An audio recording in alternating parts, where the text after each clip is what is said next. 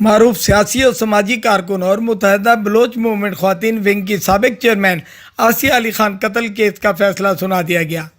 مقتولہ کا والد اور والدہ قتل کیس میں بری، جبکہ ملزم آصف کو عمر قید اور جرمانے کی سزا سنائی گئی۔